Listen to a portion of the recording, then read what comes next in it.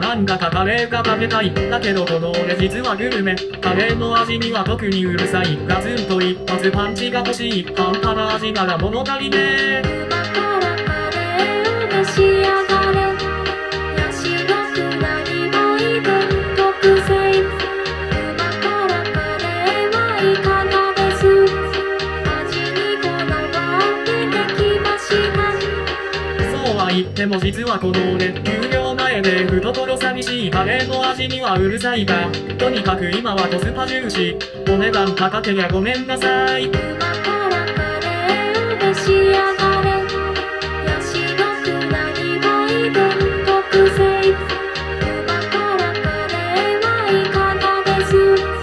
味にこだわっても520円。出てきたカレーを一口パクリ。シャキシャキ玉ねぎ程よい甘み。後からじんわり分厚い辛み。今からカレーを召し上がれ。ヤシのくなりもいで特製。今からカレーはいかがです。心を込めて作りました。今からカレーを召し上がれ。ヤシのくなりもいで特製。今からカレーはいかがです。心を込めて作りました。